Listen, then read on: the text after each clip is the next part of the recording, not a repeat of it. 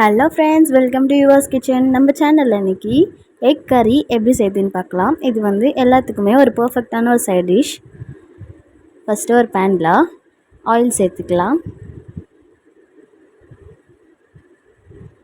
Oil heat ஆனதும் ஒரு பிரியாணி இலை, 2 பட்டை,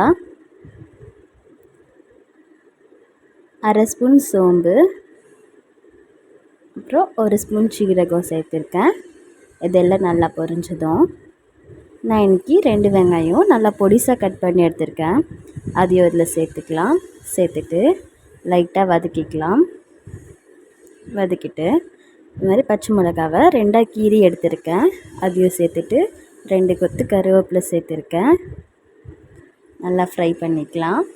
வெங்காயம் கொஞ்சம் பொன்னிறமாக ஆகிற வரைக்கும் ஃப்ரை பண்ணிக்கலாம். அப்புறம் தக்காளி, இஞ்சி, பூண்டு இது எல்லாத்தையும் சேர்த்து நல்லா கிரைண்ட் பண்ணி எடுத்திருக்கேன்.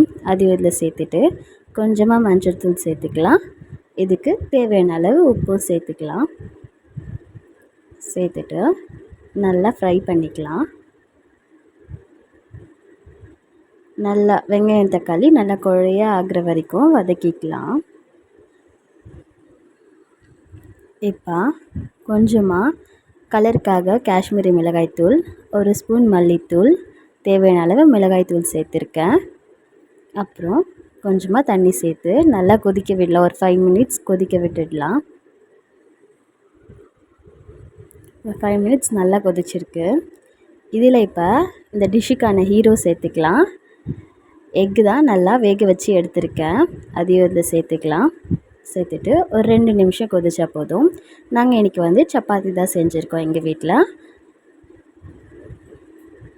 இந்த எக் கறி வந்து சப்பாத்தி, தோசை, இட்லி இது எல்லாத்துக்குமே நல்லா பர்ஃபெக்டான ஒரு சைட் டிஷ் இது.